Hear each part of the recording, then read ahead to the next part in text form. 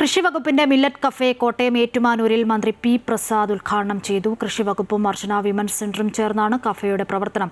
കാർഷിക മേഖലയിലെ നൂതന സംരംഭങ്ങളുടെ ഭാഗമായാണ് സംസ്ഥാനത്ത് മില്ലറ്റ് കഫേകൾ ആരംഭിച്ചതെന്ന് മന്ത്രി പറഞ്ഞു.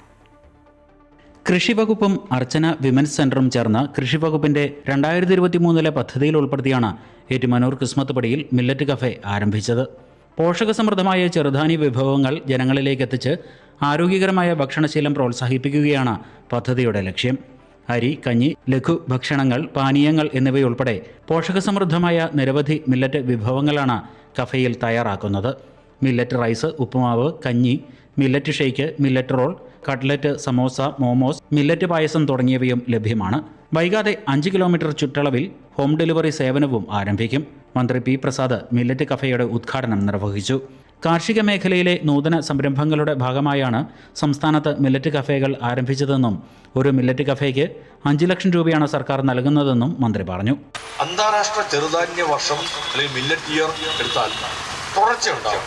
ആ തുടർച്ചയ്ക്ക് വേണ്ടി കേരളത്തിൽ 14 മില്ലറ്റ് കഫേ നമുക്ക് കൊടുക്കുന്നതാണ്. ആര് നടത്തും? സർക്കാർ നേരിട്ട് നടത്താൻ പോയ പ്രശ്നം. അപ്പോൾ അതുകൊണ്ട് പലരും പലയിടത്ത് ആലോചിച്ചു എങ്ങനെയാണ് നടത്താൻ പറ്റുന്നത്.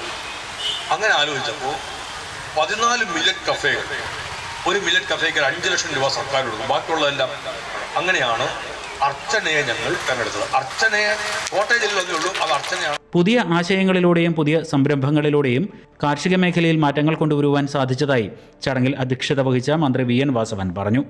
ഏറ്റുമാനൂർ നഗരസഭാ അധ്യക്ഷൻ ടോമി കുരുവിള, ഉപാധ്യക്ഷ പുഷ്പ വിജയകുമാർ, മറ്റ് കൗൺസിലർമാർ, ജില്ലാ horticulture mission deputy director doctor Lency Thomas, principal കൃഷി ഓഫീസർ ജോ ജോസ്, മറ്റ് ഉദ്യോഗസ്ഥർ, Archana women's centre director Thresiamma Mathew തുടങ്ങിയവർ പങ്കെടുത്തു.